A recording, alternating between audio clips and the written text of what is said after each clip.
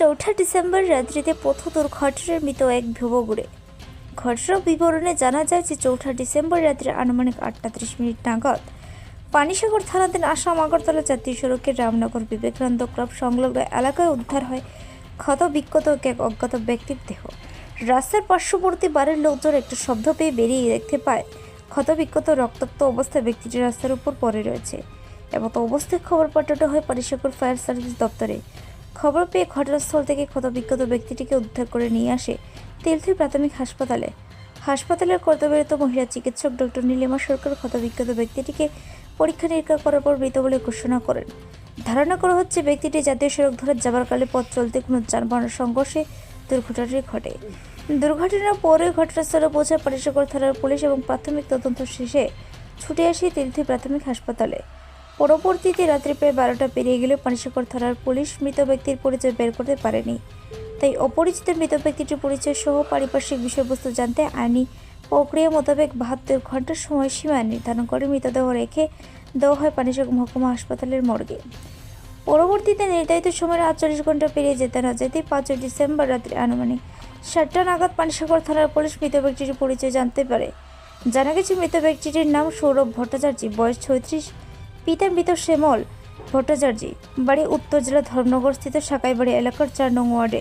মৃত ব্যক্তিটির পরিবার সূত্রে জানা গেছে সে নাকি জন্মগত মুখবধির ছিল, সে নাকি কানেও শুনতে পেত না। জানা গেছে মৃত সৌরভ ধর্মনগরস্থিত বাড়ি থেকে বেরিয়ে কী করে পানিসাগর থানাধীন জাতীয় সড়কের রামনগর এলাকা পৌঁছলো তা এখনও নিশ্চিত করে জানা যায়নি। তবে পানিসাগর থানার ওসি সুমন্ত ভট্টাচার্য জানান, আগামীকাল মৃতদেহ ময়নাতদন্ত শেষে 72 ঘন্টা পর তুলে দেওয়া হবে পরিবার পরিজনদের হাতে। মৃতের আসল রহস্য ময়নাতদন্তের রিপোর্ট আসলে পরীক্ষারভাবে বলা যাবে। এই মর্মে পানিসাগর থানার পুলিশ একটি দুর্ঘটনাজনিত মামলা নিয়ে মৃত্যুর আসল রহস্য উন্মোচনের তল্লাশি চালিয়ে যাচ্ছে। Bureau report, Shyamali Tripura. Actually fire service Panisagar একজন ব্যক্তিকে তিলথই পিএইচসিতে শিফট করেছে। রিপোর্টেডলি সে অর্ধমৃত বা মৃত অবস্থায় রামনগর রাস্তায় ছিল। তো সেই মোতাবেক ডক্টর আমাদেরকে রিকুইজিশন দেন তিলথই পিএইচসি। আমরা যাই, গিয়ে একটা আনন্যাচারাল ডেথ সিচুয়েশন পাই। সেখানে আইনত আমরা ব্যবস্থা নেই এবং তার আইডেন্টিটি গতকাল পর্যন্ত এস্টাবলিশ হয়নি, যার কারণে বডিটাকে আমরা পানিসাগর হসপিটাল মর্গে এনে রেখেছি, যেটা নিয়ম 72 আওয়ার্স পর্যন্ত রাখতে হয় বডি আইডেন্টিফিকেশনের জন্য।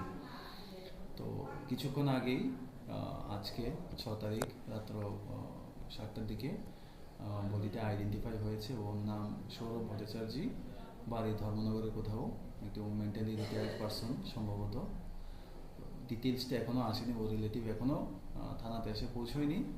আসলে ডিটেলস আমরা কথা বলবো এবং যা আইনত ব্যবস্থা আমরা নেব। তো মৃতদেহ তো স্যার আজকে দেওয়া হবে, আগামীকালকেই ময়নাতদন্তের পর তুলে দেওয়া হবে? হ্যাঁ, দিনের বেলায় ময়নাতদন্ত হয় এবং তারপরেই বডি আইডেন্টিফিকেশন প্রপারলি হলে ওর রিলেটিভকে আমরা হ্যান্ড ওভার করবো। তো স্যার প্রাথমিকভাবে কি জানতে পেরেছেন উনি কিভাবে আসলো এখানে বা কিসের সংঘর্ষে ওনার এই মৃত্যু বা দুর্ঘটনাটি ঘটে?